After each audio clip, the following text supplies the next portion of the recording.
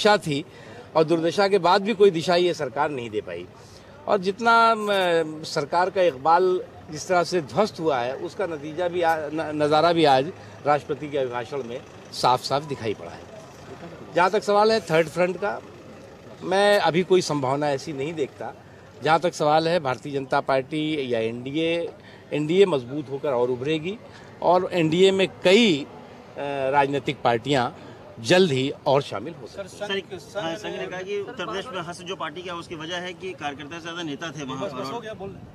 देखिए, मैं मानता हूँ कि अलग अलग संगठनों का अलग अलग लोगों का आकलन अलग अलग होता है और निश्चित तौर से संघ का जो आकलन है वो उनको वहाँ पर जो ज़मीन का फीडबैक है उसके आधार पर होगा। इस पर मुझे कोई टिप्पणी नहीं करनी। सर, मिड टर्म पोल की संभावना देख रहे हैं आप? मिड टर्म पोल की संभावना बहुत प्रबल है और बहुत प्रबल इसलिए भी है कि आज जो राष्ट्रपति का अभिभाषण था वो कहीं ना कहीं विदाई का अभिभाषण दिखाई पड़ रहा था सरकार की, और ऐसे हालात में मिड टर्म की संभावनाएं बहुत तेजी से बढ़ी हैं। राष्ट्रपति का भाषण सरकार का भाषण होता है और इसमें कोई नई दिशा नहीं दिखी है।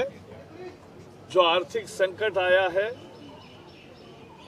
और जो राजनीतिक माहौल है, राज्यों के अधिकार छीनने की जो बात चल रही है, इसका एक लाइन में भी उल्लेख नहीं है। सरकार ने ये भी नहीं कहा कि ऐसा हम नहीं करेंगे, राज्यों को विश्वास में लेकर ही हर बात करेंगे, ये भी नहीं कहा है।